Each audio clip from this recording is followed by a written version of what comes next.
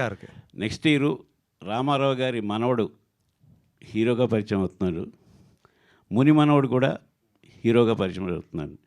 ఈ రెండు చిత్రాలు పోటాపోటీగా వచ్చే అవకాశం ఉందా? పోటాపోటీలు ఎవరు పోటీ కాదండి. దీని గురించి లాస్ట్ ప్రెస్ మీట్ మీరు మిస్ అయ్యారు. అందువల్ల మీకు ప్రశ్నకి ఆన్సర్ ఆ లాస్ట్ ప్రెస్ మీట్లో చెప్పాను. ఎవరికి పోటీ కాదండి. అసలుకి ఫాలోయింగ్ మొత్తం నందమూరి వంశం ఫాలోయింగ్ అంతా వెయిటింగ్ ఫర్ మోక్షజ్ఞ అండి. అందులో క్లియర్. అతను ఆయన వారసుడు, రామారావు గారి వారసుడు బాలకృష్ణ గారు వారసుడు మోక్షజ్ఞ. ఆయన కోసం మొత్తం హోల్ ఫాలోయింగ్ వెయిటింగ్. ఎంత వెయిటింగ్ అంటే ఈవెన్ మైసెల్ఫ్, నేను కూడా, ఎందుకంటే నేను రామారావు గారి అభిమాని కాబట్టి మేమంతా గుడివాడలో ఉన్నప్పుడు బాలకృష్ణ గారి కోసం ఆ వెయిటింగ్ అనమాట.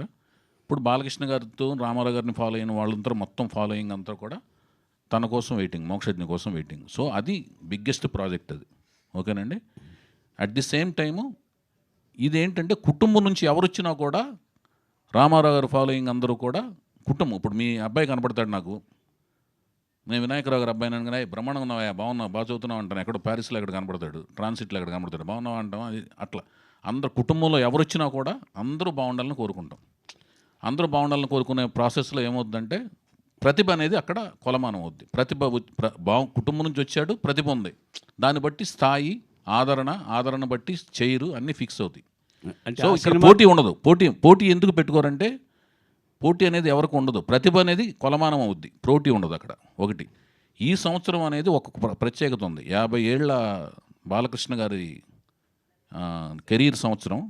అదొక నందమూరి ఫాలోవర్స్ అందరికంటే, వంశంలో వీరాభిమానులందరికీ అదొక పండగ వాతావరణం. అలాగే 75 ఏళ్ల ఎన్టీఆర్ గారి మన దేశం రిలీజ్ అయ్యే 75 ఏళ్ల అది వజ్రోత్సవం లాంటి సంవత్సరం పూర్తయింది మొన్న నవంబర్ 24కి. ఈ రెండు తర్వాత మనవడు, ముని మనవడు, 4వ తరం ఇద్దరు పరిచయం జరగటం, అంటే అదొక న్యూస్లు.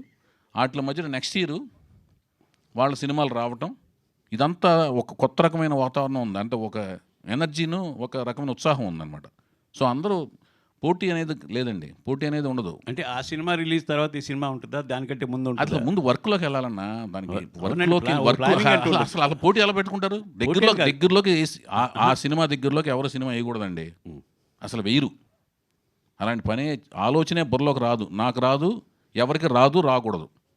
మీ స్ట్రైట్ ఆన్సర్ ఏంటంటే అసలు అలాంటి ఆలోచన నాకు రాదండి ఫస్ట్, ఇంకెవరికి రాకూడదు. అది నేను చెప్తున్నా డిస్క్లైమర్, అర్థమైందండి? అదొక స్ట్రైట్ అవే బిగ్గెస్ట్ డైనోసారస్ లాంటి ప్రాజెక్ట్ అండి అది, అర్థమైంది కదా? అది